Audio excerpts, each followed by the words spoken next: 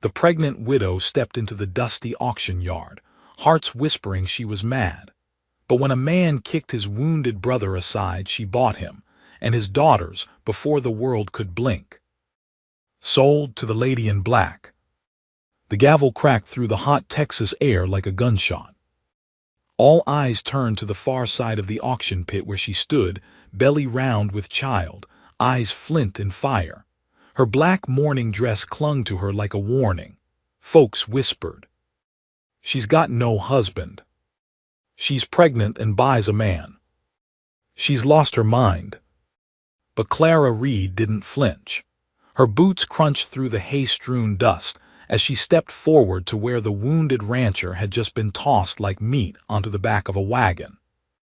The man hadn't moved. Blood soaked through his torn shirt at the shoulder and ribs. His wrists were bound, lips cracked with heat and thirst. Near him, two little girls, no older than 7 and maybe 5, stood trembling and barefoot, eyes wide and too hollow for their age. Clara turned to the man who'd just been outbid. A thick-set brute with yellow teeth and a wide brim hat sneered. "You just bought yourself trouble, widow," he spat, lifting a boot toward the rancher again. Clara moved like thunder. Before the man's foot could land, her hand snapped out, the handle of her parasol striking his shin hard enough to make him howl. "Touch him again and I'll buy you next, and work you till you beg to be buried." The crowd gasped, no one laughed. She turned to the auctioneer, a man with a dusty ledger and eyes too tired to question justice. "Unbind him, and give me their names." The auctioneer cleared his throat. "He's Micah Callan, a rancher," they said, "cattleman until a land war put him under. Those are his daughters, Lottie and June." Clara knelt beside them. "Lottie, June." The older one, Lottie, nodded slowly. "That's us, ma'am." "I'm Clara," she said, her voice cracking gently, "and you're coming home with me." They hadn't spoken a word the entire wagon ride home. Micah drifted in and out of consciousness. Fever licked at his temples. Every jolt of the cart sent fire through his side. He remembered falling. He remembered his brother selling him like a cow too old to breed. He remembered someone yelling, then soft hands. And now the jostle of wheels, and the smell of lavender soap mixed with dust and blood. When he woke again, it was to candlelight and clean sheets. A basin sat beside him, red with the water used to clean his wounds. The room was simple, walls of wood planks and a small window cracked to the night. He tried to sit up and failed. Clara appeared with a towel in one hand and a tray in the other. "You're in my guest room," she said plainly. "Don't try to move, I stitched what I could." He stared at her, blinking slow. "Why?" Her eyes didn't soften, but something behind them flickered. "Because God didn't put me on this earth to watch good men die while the wicked win." His throat tightened. "My girls." "Sleeping in my sewing room," she said. "Lottie's on a cot. June's in the cradle that was waiting for my baby." Silence fell between them. It wasn't awkward, it was heavy, real. He looked away. "I ain't got nothing, not even a name worth keepin'." Clara placed the tray beside him. "Then you can borrow mine till you heal." Lottie didn't sleep. She sat on the edge of the cot with her little sister curled beside her, staring at the rocking chair in the corner. The moonlight glinted off the fabric of the dress hanging from a hook on the door. It was a baby gown, soft, untouched. "Why do you think she bought us?" June whispered, eyes open. "I don't know," Lottie said, "but she smells like Mama used to." Micah's fever broke the next morning. He awoke to Clara sitting at the foot of his bed, knitting slowly, her fingers careful. She wasn't looking at him, just working the yarn like the world depended on the next stitch. "You keep busy," he croaked. She smiled faintly. "Idle hands don't help grief." Micah studied her. Her eyes were swollen at the edges, not fresh tears, old ones, buried ones. "You lost him, your husband." Clara nodded once. 2 months ago, Comanche arrow. He died before we knew about the baby." Micah swallowed hard. I'm sorry. Clara met his eyes. Don't be, he was good, and I loved him, but love doesn't leave us, it just changes shape. Micah's hand trembled against the sheets. I ain't sure how to repay you. You don't, she said quietly, but you will protect them, your daughters, that's how you repay me. He nodded slowly, jaw clenched. That night, a knock shook the door at midnight. Clara froze mid-step, hand on her lantern. Micah from the bed heard it too. Don't open it. I have to. Outside stood a man in a sheriff's badge and two others with guns drawn. The leader, stocky with grizzled sideburns, tipped his hat. Ma'am, sorry to wake you, but we have orders to retrieve one Micah Callan and the two minors in his custody. Seems they were sold unlawfully by a next of kin. Clara didn't flinch. And you think I'll hand them over without question? Law says they ain't yours. Clara took a deep breath. Then the law can sit on my porch till dawn while we read the Bible and talk about decency, because no one's dragging those girls into another wagon. The sheriff stepped forward. Ma'am. Don't test me, she whispered. I've buried one man, I'll fight for these three. A voice called from inside the house. Let him in. It was Micah. He stood wobbling in the hallway, his shoulders still wrapped, but he held the pistol Clara had left on her writing desk. If they're here for me, I'll speak with M. Alone. Clara hesitated, but nodded. Micah stepped onto the porch. The door shut behind him. He returned 10 minutes later, pale and shaking. Clara caught him before he could fall. What happened? He didn't answer at first. But then he whispered, They're giving me 5 days to prove the girls are safer here, or they'll take M. Clara's breath left her like wind out of the lungs. Micah looked her in the eye. There's one way to fix this. She froze. Micah didn't blink. If I was your husband, no one could take them. Clara didn't move at first. The words hung in the room like smoke from a fire that hadn't yet started. Her hand was still on Micah's arm, steadying him, but her breath caught somewhere between disbelief and awe. A proposal, but not one born of love or romance. This was survival, a desperate knot tied in the darkness to keep children from being torn from safety. You don't even know me, she finally said. Micah stood straighter despite the pain that flared behind his ribs. I know what you did, that you stepped in when no one else would. You bought me like a man buys hope. That's not marriage, Clara whispered, her voice trembling. No, he said, swallowing hard. It's a beginning. Clara turned away, heart pounding in her chest. She touched her swollen belly, the child stirring gently inside her, unaware of the storm outside its mother's ribcage. A war was being fought between what was right and what was practical, between the future she'd imagined and the one that was rising like a dust storm she couldn't outrun. What about your heart? She asked softly. Micah's jaw flexed. My heart's buried on a hillside 2 winters ago. My wife died with our 3rd child inside her. There ain't nothing in me left to give you, but maybe that's why this makes sense. She turned slowly. Micah looked hollow but honest. You're carrying grief.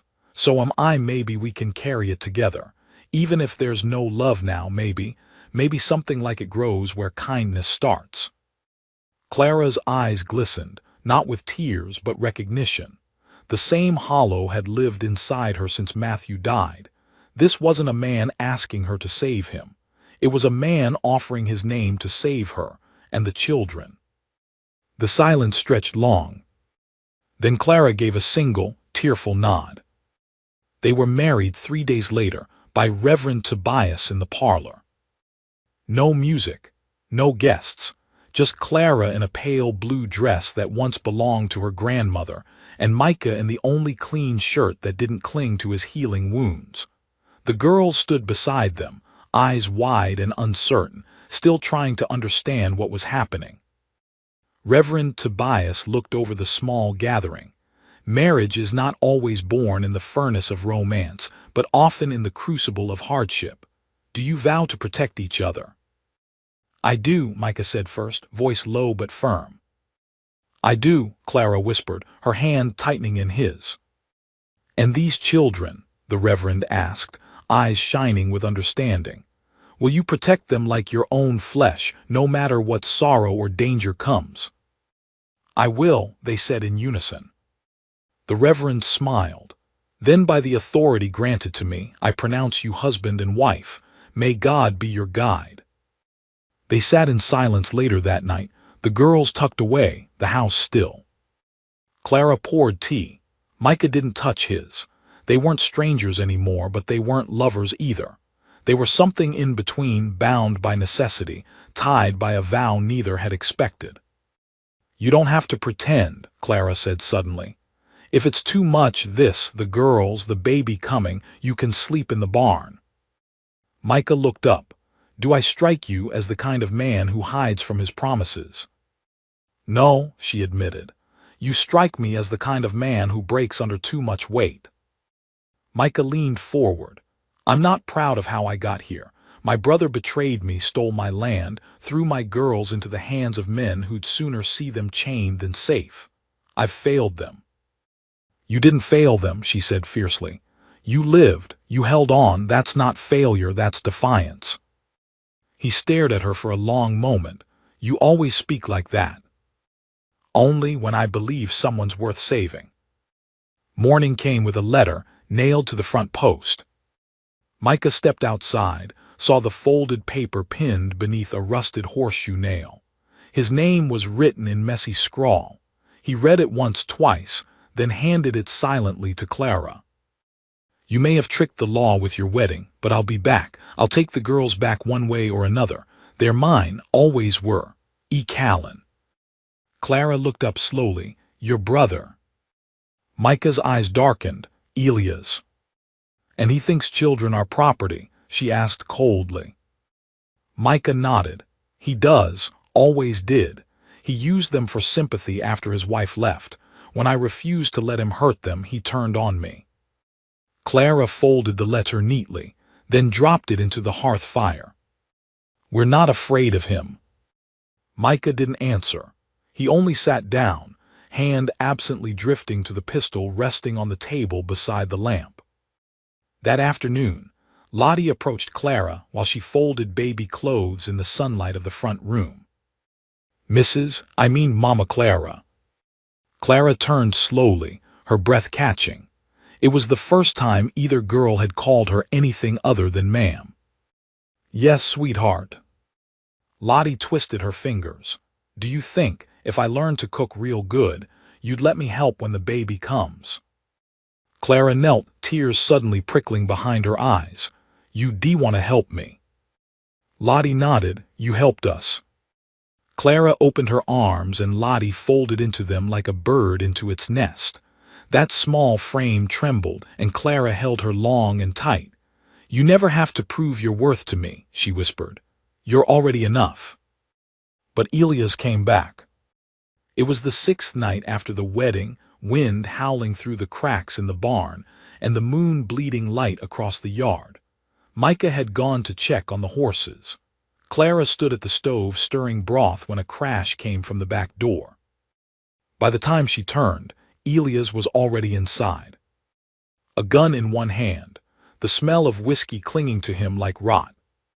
"You think you can take what's mine?" he snarled.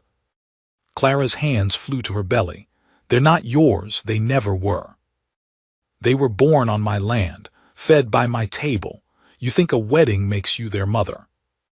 Micah appeared in the doorway behind him. "I think the girls chose who makes them feel safe," Micah growled. Elias spun. "You ain't even a man anymore, look at you, letting a woman patch you up, hiding behind a skirt." Micah raised the rifle. "Put it down, Elias."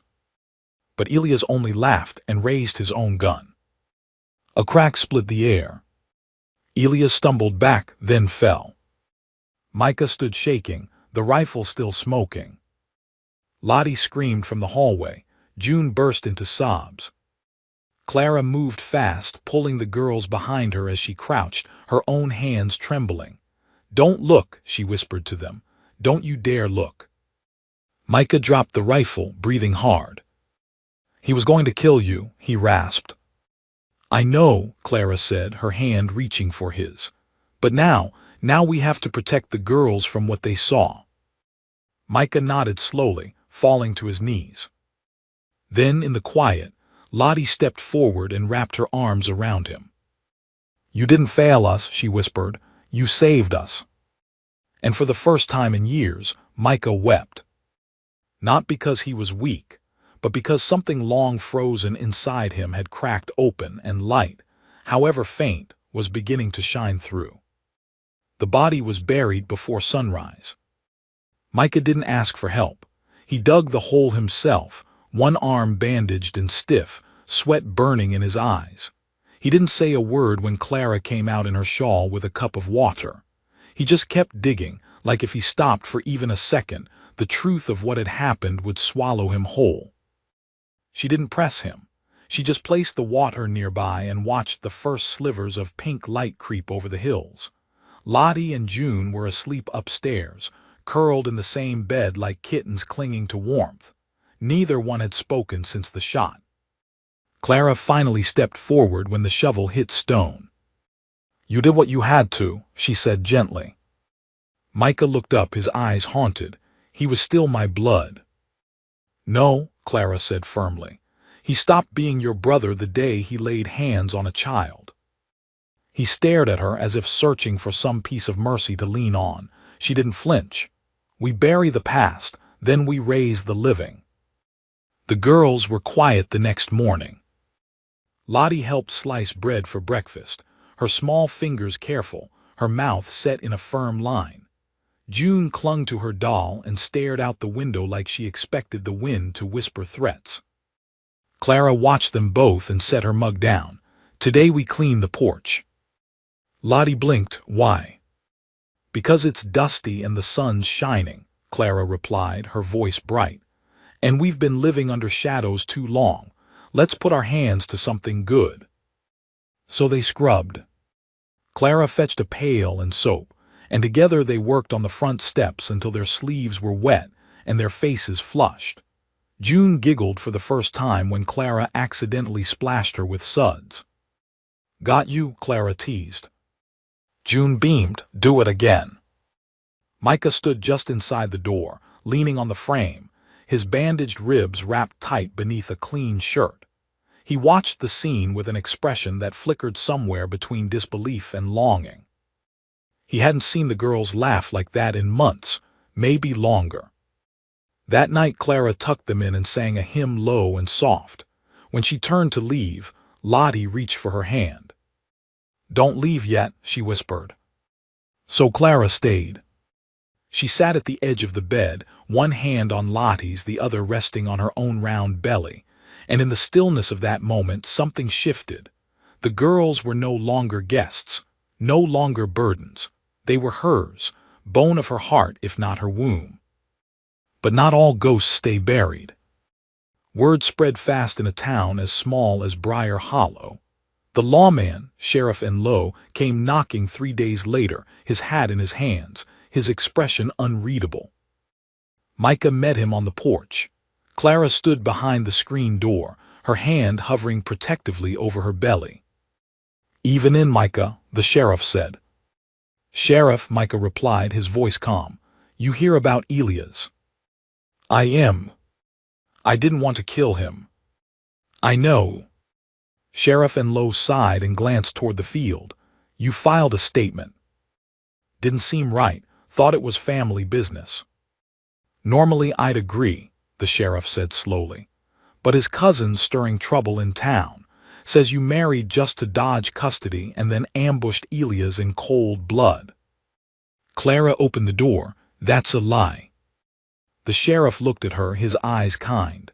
"Ma'am, I'm sure it is, but folks are talking, and when people talk, judges listen, if it comes to court." Micah stiffened. "We'll testify, the girls saw everything." "They're children, Micah, scared ones. A good lawyer'll twist their words till the truth bleeds out of it." Clara stepped forward. "Then we won't give him a chance." The sheriff tilted his head. We'll leave, she said simply. We'll go where no one knows us. We'll start again. Micah's heart thudded. But the sheriff shook his head. Run and you'll look guilty. Stay and I'll do what I can, but you need more than my word. You need evidence. A witness. Someone who saw Elias threaten you. Micah's jaw tightened. Clara touched his arm. There's one person who might know, she said softly. The one who warned me in the general store the day I bought you. Her name was Ruthie Bell. A widow, sharp-tongued and silver-haired, who ran the apothecary and knew everything about everyone from behind her lace-curtained windows. Clara found her behind the counter, labeling jars of chamomile and licorice root. I heard, Ruthie said without looking up. You always do, Clara said with a wry smile. Ruthie set her pen down. You here for something stronger than tea, I take it. I need your memory. That made Ruthie look up. Now that's a dangerous thing to ask a woman my age. You saw him, Clara said quietly. In the store, you warned me. Ruthie pursed her lips. I did. Saw the way Elias looked at you, like a snake sizing up a bird. Heard what he said about getting the girls back too. Made my skin crawl. Would you say that under oath? Ruthie studied her for a long moment. You asking me to stick my neck out? I'm asking you to help me keep two girls safe. Ruthie's gaze softened. You got some fight in you, don't you? I'm not fighting, Clara said. I'm protecting. That's worse, Ruthie muttered. All right, I'll do it. The hearing was set for the following week. Micah cleaned up as best he could, scars still fresh and stiff. Clara wore her best dress, the blue one with the white buttons. The girls stayed home with a neighbor, too frightened to speak in front of strangers. The judge was hard-eyed and stern but not unkind. He listened to Sheriff Enlow's testimony, to Ruthie's recollection, to Clara's calm, measured words. Then Micah took the stand. I didn't kill him because of the girls, he said. I killed him because he raised a gun at my wife, my children. He wasn't coming to take them, he was coming to destroy them. And do you believe your marriage is legitimate? The judge asked. Micah looked over at Clara. It was born in hardship, but it's more real than anything I've known since my first wife passed. The judge nodded once, and the girls.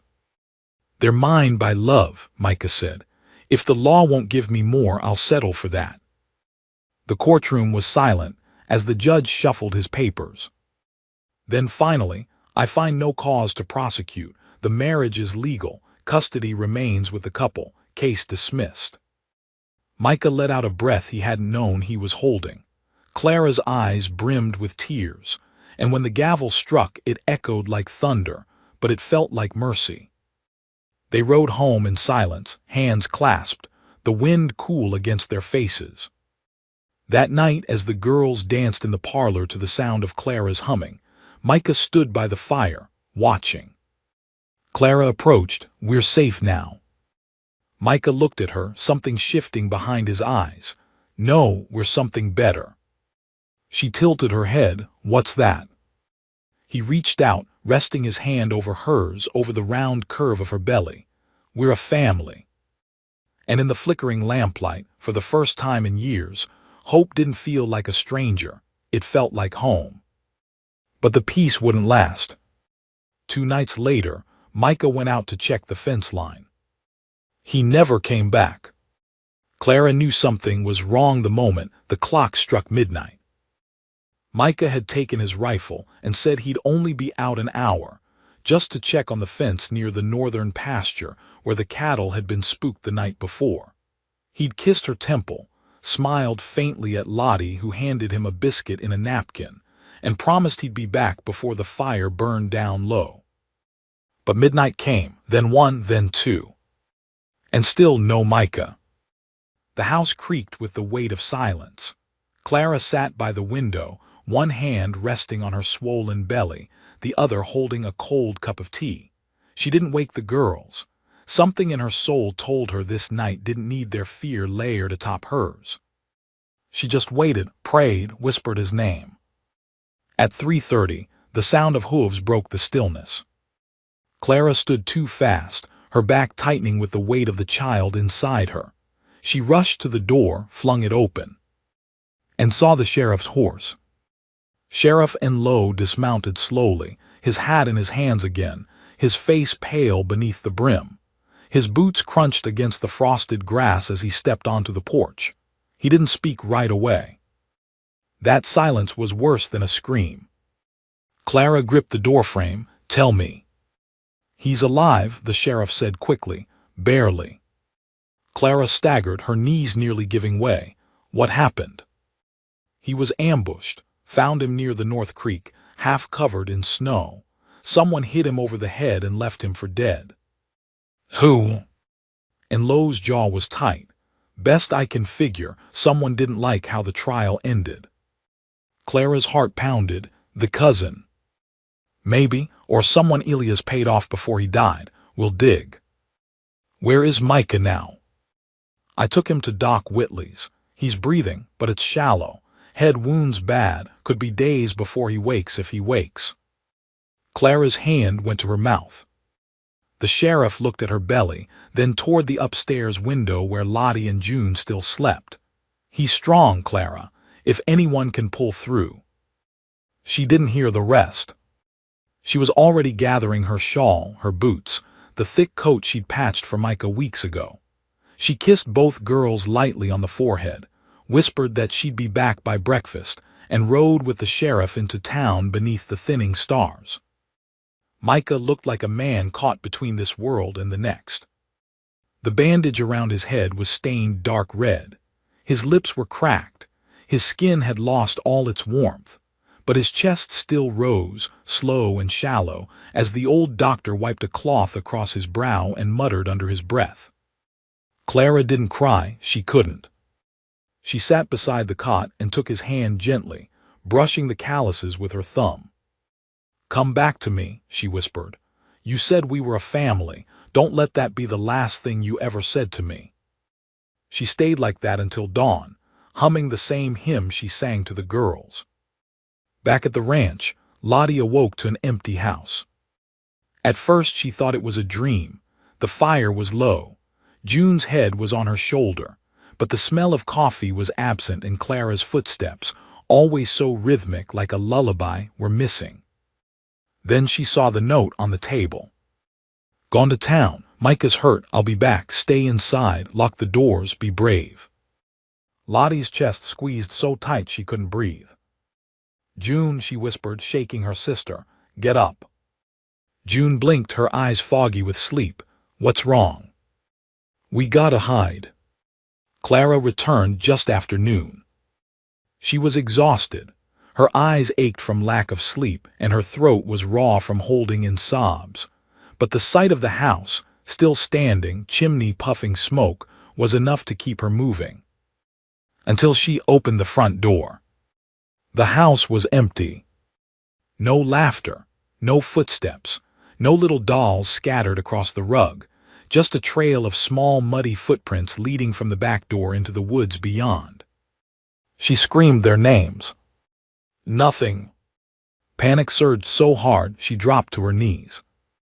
Lottie had led June into the old root cellar. It was their hiding place. Micah had shown them where it was weeks ago, told them that if danger ever came when he wasn't home, that's where they should go. It smelled like potatoes and dirt, and the wood was cracked, but it felt safe. "Do you think she'll come back?" June asked, shivering.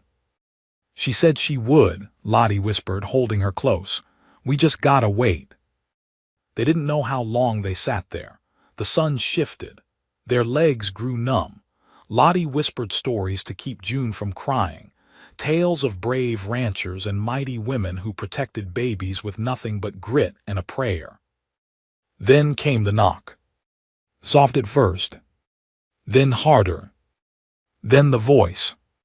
"You girls in there." It was Clara. It was Micah. It was a man. And he sounded like he was smiling. Clara ran until her lungs burned. She searched the woods behind the house. She checked the barn, the corral, the coop.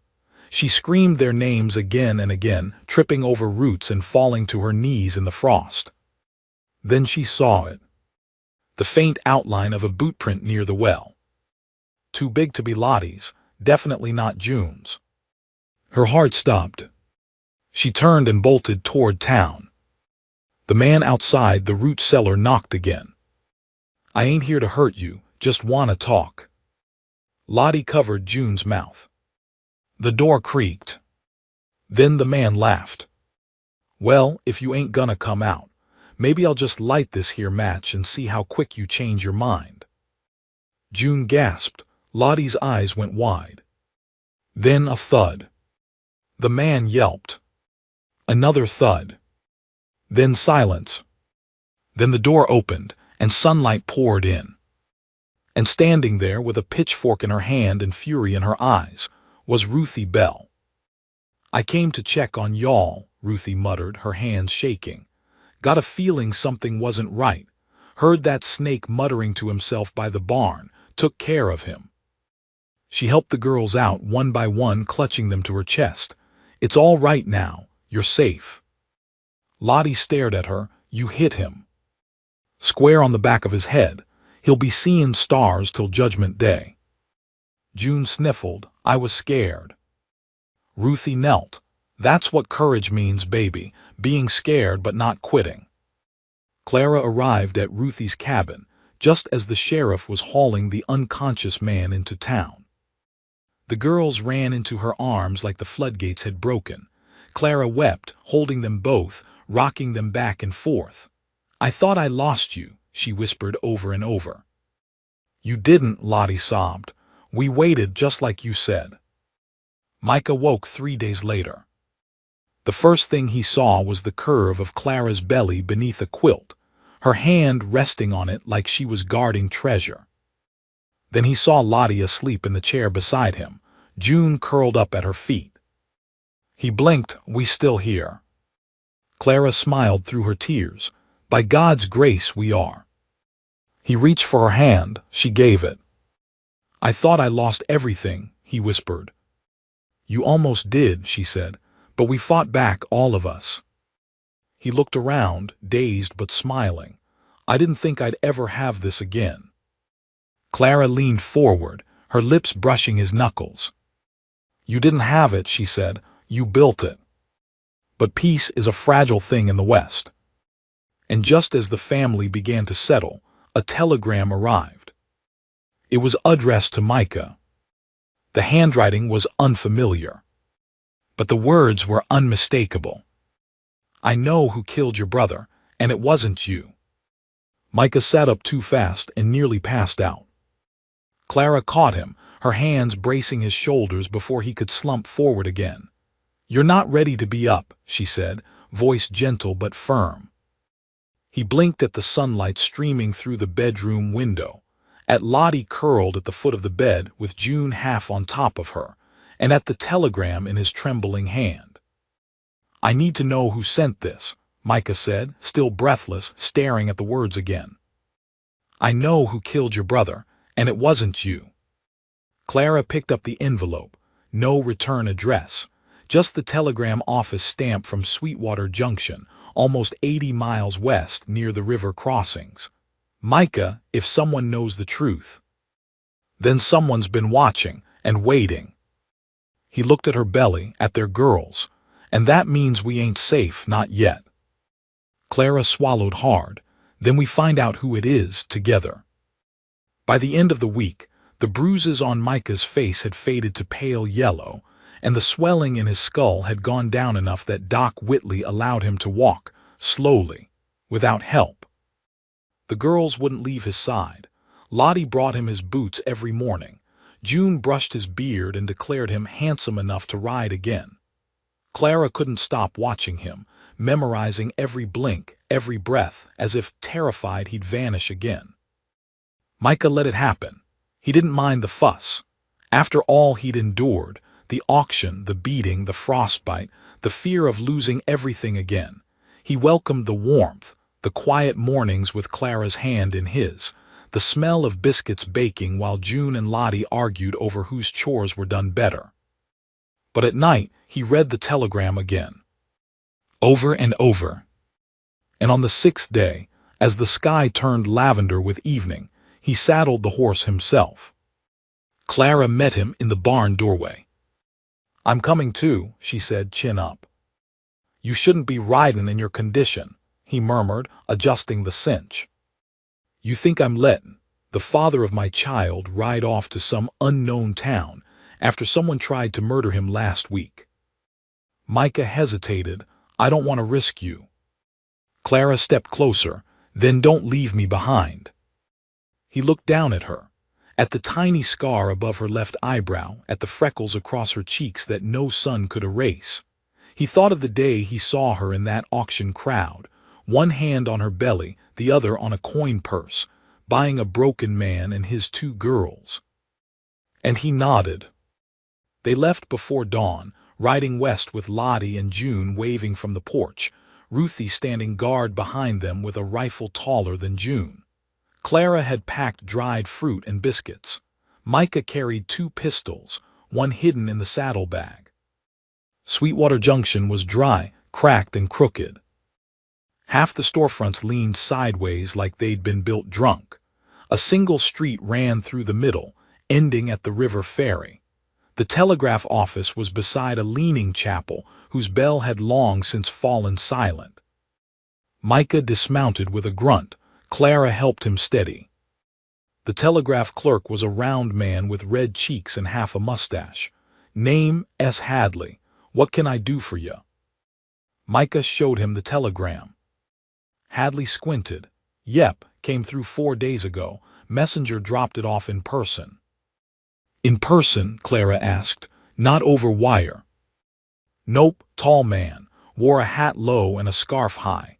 Paid me 2 silver coins to write it by hand and deliver it to the address he gave. Didn't want his name tied to nothing. Told me, this is for a man that deserves truth. Then left." "Did he say where he was headed?" "Only said, if he wants to find me, tell him to ask the woman in the green shack near the bend." Clara and Micah exchanged glances. The shack wasn't hard to find. It sat just off the river, tucked behind tall reeds and a willow tree so old it looked like it had survived 5 floods. It leaned worse than any building in town, and smoke drifted from its crooked chimney like a thread of black ribbon. A woman sat on the porch, peeling potatoes into a cracked bowl. Her hands were gnarled from age or arthritis. A green shawl wrapped her shoulders. Her eyes, blue and sharp, met theirs before they'd even spoken. "I was wondering how long it'd take you." Micah stepped forward. "You sent that telegram?"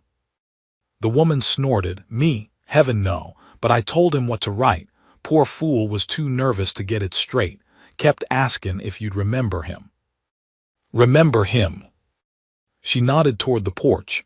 "He's inside, hiding like a coward." Micah and Clara exchanged another glance, and then stepped through the door. The man who stood inside the shack had once been tall, broad, and sure. Now, his shoulders hunched as if he were used to ducking fists or dodging questions. His hair had thinned and gone silver at the temples, and the beard that covered half his face looked like it had grown not from pride, but from hiding. When he turned and met Micah's eyes, his voice cracked. "I didn't think you'd come." Micah stepped forward. His legs still ached, the limp still there, but his eyes burned hotter than any fire. "You, Jeremiah Kessler." Clara stepped closer, instinctively touching Micah's back. Jeremiah gave a nod so small it could have been missed. "I thought you died. That day at the cabin, they said no one made it out alive." "You were there." Micah's voice came low, nearly a growl. "I was part of it," Jeremiah whispered. "But I never shot. I swear to you, I never raised my rifle." Micah looked like he'd been slapped. "Part of it? You stood with the men who murdered my brother, who burned our homestead to ash, and you never told a soul." "I was 17. I followed Wade Harmon into that mess thinking we were just talking back land. He lied. Said the land was stolen from his kin by your pa. I didn't know until I heard your brother screaming." Micah's jaw tightened. You saw him die." Jeremiah's eyes filled with tears. "He didn't scream in fear, Micah. He screamed for you, told you to run, kept telling the men, 'He's just a boy, don't hurt him.'" Clara held her breath, watching Micah's hands curl into fists. "You saw me?" Micah asked. Jeremiah nodded. "You ran through the barn, that bullet clipped your shoulder. I told Harmon I'd seen you fall, I lied. I wanted you to live.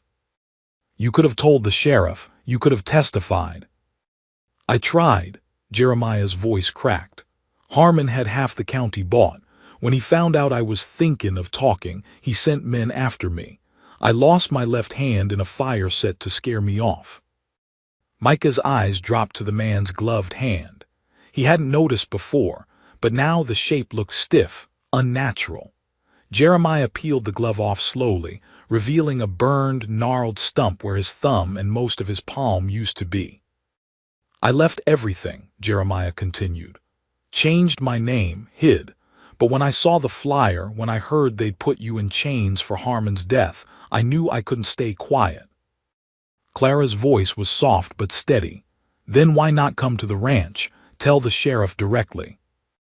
"Because Harmon had children, and they've got sway in the courts now. They'd ruin me, but they don't know I'm alive or where I am.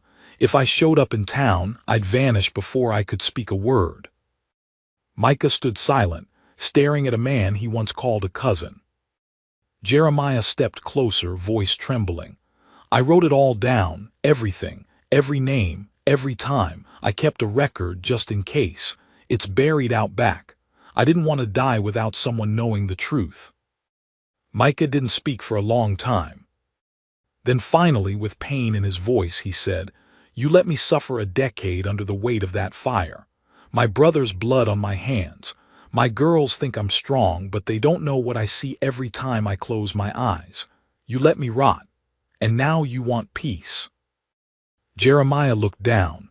"No, Micah, I don't want peace. I just want to stop hiding, and maybe help you find yours."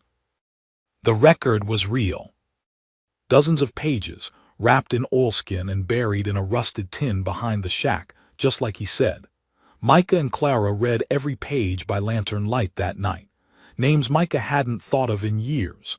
Sheriff Whitley's predecessor, Mayor Thomas, ranchers from up north who'd claimed Harmon as kin and spread the lies about Micah's family stealing land. There it all was: dates, locations, numbers. Handwriting so shaky Micah could barely read it, but it was real. And it changed everything. The ride home was quiet. Micah didn't speak much. He just held Clara's hand every time she reached for him, kissed her forehead each night by the campfire, and let the girls crawl into his lap when they met them at the fence line 2 days later. But he had a plan. Micah waited until Sunday. He dressed in clean clothes, shaved, and took his daughters to church. Clara walked beside him, glowing under her hat, one hand on her belly. The whole town stared as they entered. Even Sheriff Barrow stopped mid-step when he saw them coming. They sat near the front. When the sermon ended, Micah stood. "Folks," he said, voice strong, "I got something to say." The room froze. "I know most of y'all think I'm a killer. You think I burned my own brother and left him to die. I never corrected you, never argued. I figured the truth wouldn't matter to people who already made up their minds." He reached into his coat and pulled out the oilskin bundle. "But the truth has been found." He laid the records on the altar. "This here's a full confession from a man who stood with Wade Harmon the day my brother was murdered. He names every man involved, and he names the ones who covered it up." Murmurs broke out across the room. Micah's voice rose, steady and filled with decades of pain. "I didn't come here for vengeance. I came here for my girls, for the woman who saved me, for the child we got common. I want them to grow up in a town that knows truth matters, that the Lord still brings light out of dark." Sheriff Barrow stepped forward, eyes on the bundle. "May I?" Micah nodded. Barrow flipped through the pages, his face darkening with every name he read. "Where's the man who wrote this?" he asked. "He's under protection," Clara answered. "And if anything happens to him, copies of those records go to the state marshal." Barrow gave a slow nod.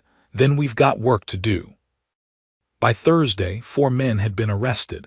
2 resigned from office. The mayor didn't show up for work at all. And for the first time in over a decade, Micah stood in town without being watched like a wolf among sheep. The girls ran ahead of him, chasing each other between barrels and crates, laughter ringing like bells. Clara walked beside him, her hand resting on her growing belly. When they passed the blacksmith, old Jasper tipped his hat. "Good to see you up, Micah." Micah smiled. "Good to be seen." That night, as wind rocked the windows and rain tapped the shingles, Micah sat on the porch with Clara, arms wrapped around her from behind. "I never thought I'd see the day," he whispered. "You never stopped fighting for it," Clara said. "I wanted to give up. When I lost Sarah, when they took my name, I was just a ghost." Clara leaned into him. "Then I'm glad I married a ghost, because you gave me life when I had none left." Micah turned her gently to face him, brushing damp curls from her cheek. "You saved me," he whispered. "Not the records, not the truth, you." Clara touched his face. "Then let me be your home, forever." He kissed her under the rain, the quiet falling around them like grace. And in the dark behind them, Lottie whispered to June, "Papa smiled like that when Mama used to sing." He stepped close, brushing her cheek with the back of his hand. "You." Clara laughed, shaking her head as she rested her hand on her belly. "You know, for a man who spent so many years quiet, you sure have learned how to talk sweet." He kissed her forehead. "You made it easy." They didn't know it yet, but word of Micah's name being cleared had spread well beyond their county. Within a week, letters arrived. One from the state marshal's office confirming an investigation, and another from an old friend of his brother, S., offering to help rebuild the cabin that had been burned to the ground all those years ago. Folks who had once crossed the street to avoid Micah now came by with casseroles, fresh eggs, and apologies they didn't quite know how to word. Some said, "Sorry, I believed the worst." Others said nothing at all, just pressed his hand and nodded, eyes wet with guilt. Micah accepted each one with quiet grace, never rubbing salt into the old wounds. But he never forgot. And more than once, he was caught staring out across the land, eyes fixed on the place where the cabin used to stand. One evening, the girls were helping Clara fold laundry by the fire when Lottie asked softly, "Mama Clara, where's the baby gonna sleep?" Clara paused, one hand resting on a little bonnet she'd just sewn. "Well," she said with a smile, "I was thinking we'd move your bed closer to June's and turn the corner into a cradle spot." "But what if the baby cries at night?" June asked, thoughtful as ever. "Papa still has nightmares sometimes. Will it wake him up?" The question made Clara pause, longer than she meant to. "I think," she said slowly, choosing her words with care, "your papa's nightmares have been sleeping more lately, too." June nodded and went back to her mending, but Lottie whispered, "I'll sing to the baby. That way everybody sleeps." Micah heard the whole conversation from the hallway, and had to step away before they saw his tears. By midweek, a rider came with news. The land Micah's father once owned, the very acreage Wade Harmon had claimed through forged deeds, was being re-examined by the court. There was strong evidence of theft now, and the new mayor, a woman with no ties to Harmon's legacy, had begun the process to return the land to Micah's name. Clara clutched his arm as the messenger rode off. "Micah," she whispered, "that's your family land." He nodded, staring at the distant hills. "And maybe it's time I built a new home there." They visited the site a few days later, traveling light, with just some bread, a blanket, and a pocket Bible. The chimney was still there, half buried under vines and ash. Lottie asked if she could climb it. June wandered off to examine the creek. Micah knelt and touched the scorched earth. "Do you want to rebuild here?" Clara asked gently, crouching beside him. He didn't answer right away. His fingers dug lightly through the dirt, tracing a circle around where the hearthstone had once been. Then finally he said, "I think I want to start new, right next to this place." "Not on it." "No," he said. "This ground has memory, pain. I want the house where the girls sleep and our child grows to be just a little further on, where the sun hits in the morning, but I'll keep this chimney. I want them to know what came before." Clara squeezed his hand. "Then let's build it together." That same night, just as they returned home, Clara doubled over on the porch step. Micah caught her before she hit the ground. "Contraction?" he asked, voice tight. She winced, then exhaled. "I think so, but it's early, I'm not ready." He held her hand, steady as ever. "Then we'll get ready." June ran to fetch the midwife. Lottie clutched Clara's shawl and whispered prayers. Within the hour, the midwife arrived and ushered Clara to the bedroom, setting down her satchel and rolling up her sleeves. "It might be false labor," she told Micah, "but we'll be sure." Micah paced the hall. Every cry from Clara brought back memories he'd buried deep, memories of his first wife Sarah gripping his hand, of blood on the bedsheets, of losing more than just a child that terrible day. But this was different. This time he was stronger, and Clara, she wasn't fading, she was glowing. The contractions passed by morning. The midwife nodded. "False alarm, but your baby's restless and your body's preparing. You're close." Micah tucked Clara into bed with shaking hands, grateful beyond words. "I'm sorry," she whispered. "Don't ever say that. I know how much pain is in your past. I didn't want this baby to come wrapped in fear." Micah kissed her hand. "This child is coming wrapped in love. That's all that matters." Later that week, as repairs on the ranch continued, Micah took a break from lifting beams and stood in the new nursery they'd started framing. He could already picture the cradle, the little carved dresser, the quilt Clara was sewing by lamplight. A knock came on the doorframe. Sheriff Barrow stood there, hat in hand. "You got a moment?" Micah nodded, "Sure." Barrow stepped in and looked around. "Place is looking good." "Thank you." Barrow hesitated. "I came to tell you Harmon's oldest son, Roy, was arrested in Santa Fe, tried to bribe a judge to destroy land records. He'll face federal charges." Micah nodded, heart heavy but grateful. "Justice has a long road." "It does," Barrow agreed, "but you walked it better than most." He extended a letter toward Micah. "What's this?" Micah asked. "Letter from the governor, commendation, and a request." Micah frowned. "Request?" Barrow smiled. "They want to ask if you consider running for county commissioner. Seems like a man who stood through fire and still came out honest is hard to come by." Micah didn't speak. He just stared at the envelope, heart thudding. Clara found him an hour later, still standing in the nursery. "You all right?" He handed her the letter. She read it, eyes wide. "Micah, this is." He nodded. "I don't know if I'm the man for that." "You're exactly the man," she said, "and I'll stand beside you every step."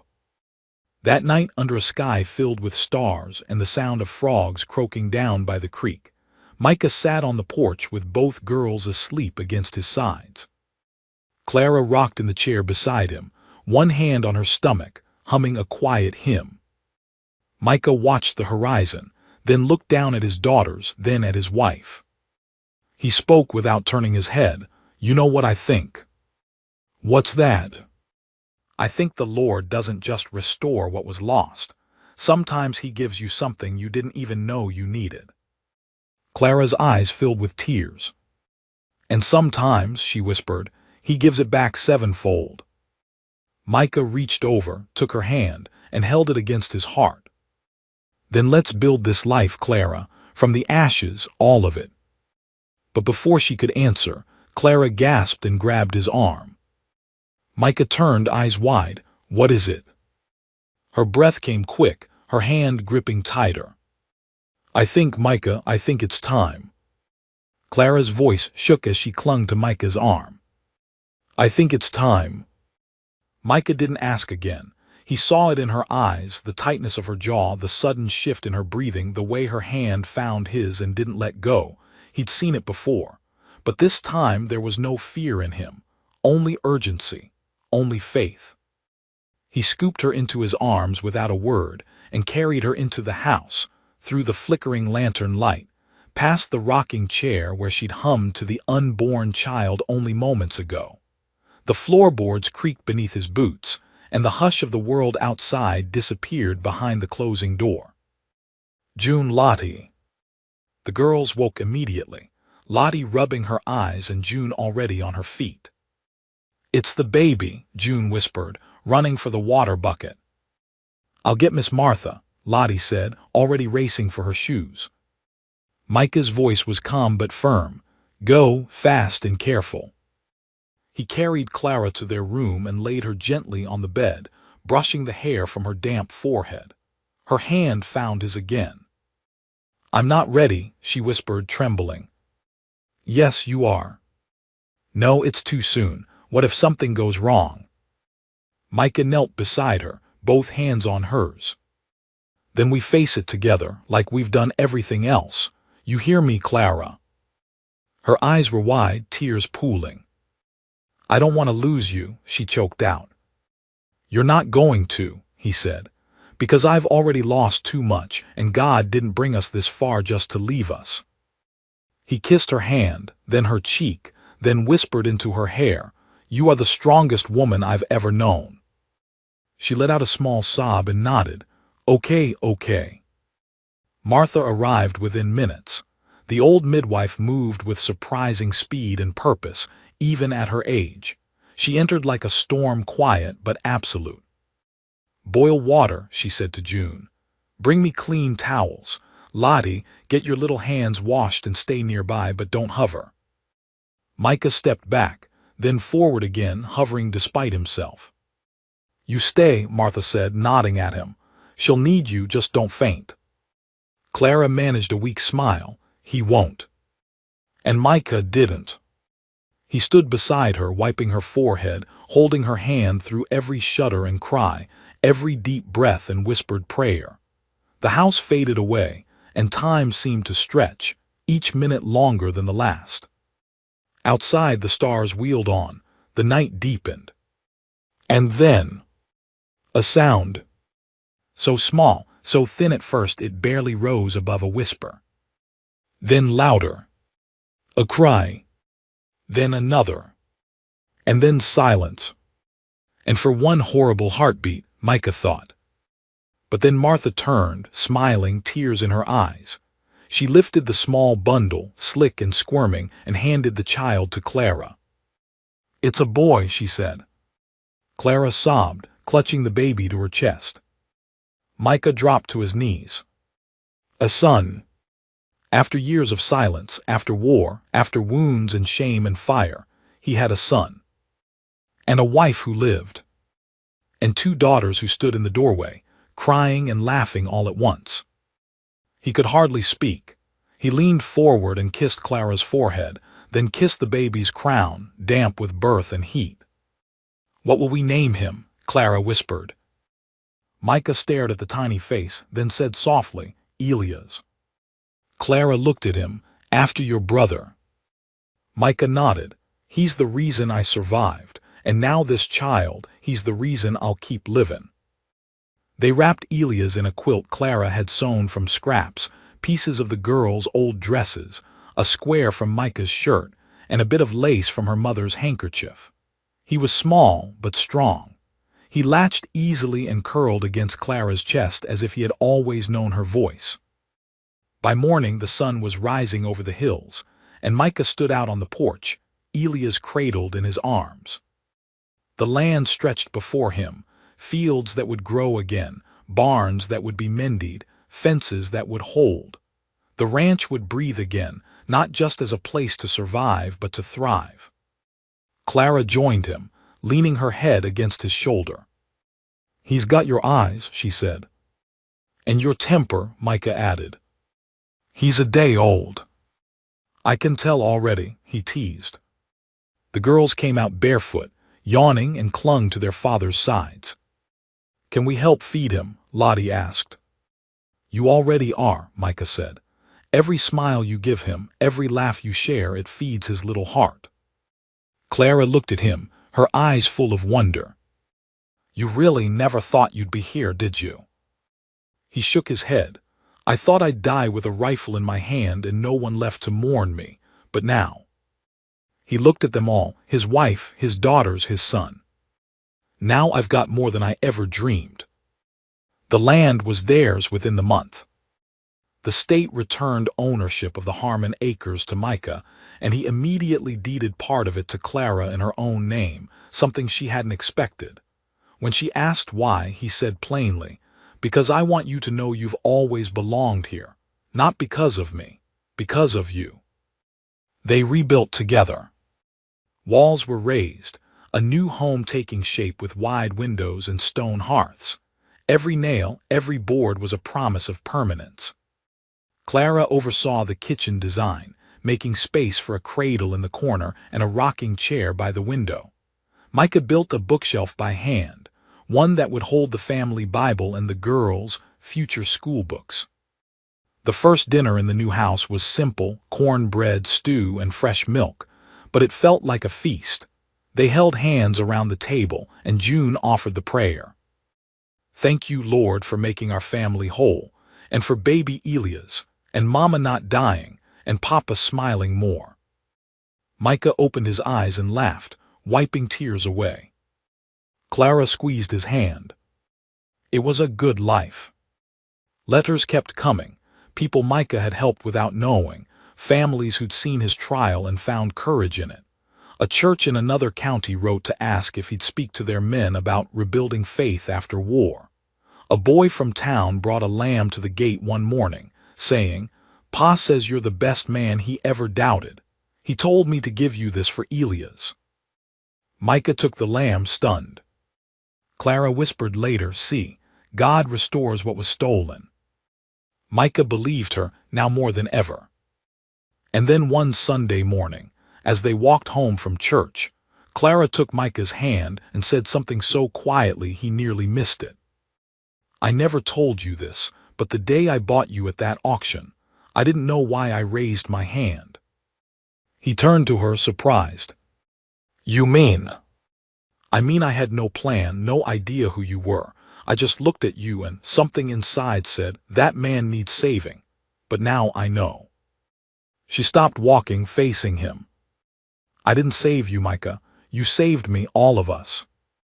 Micah swallowed the lump in his throat and pulled her into his arms, right there in the dusty road. "Then we saved each other." Years passed. Lottie became a bold rider, always chasing storms. June took to music, playing hymns by ear on a hand-me-down piano. Elias learned to walk before he was 1, and his first word was "Mama," but his second was "Papa," and Micah never got over that. One night, years later, as the fire crackled and the wind stirred the curtains, Clara found Micah sitting alone in the nursery. Elias had just turned 5. Micah was holding the same quilt they'd wrapped him in at birth. "You all right?" she asked softly. He nodded, eyes far away, "Just thinking." "About what?" "About how the Lord never forgot me, even when I thought he had, even when the world turned its back. He was still leading me to you." Clara knelt beside him and laid her head on his shoulder. "And he was leading me to you." Outside, the stars shimmered like they did the night Elias was born. And somewhere in the quiet distance, the old cottonwood tree stood firm on the ridge, its branches reaching upward, its roots deep in the soil of a land where pain had once ruled, but where love, finally, had taken hold. The end.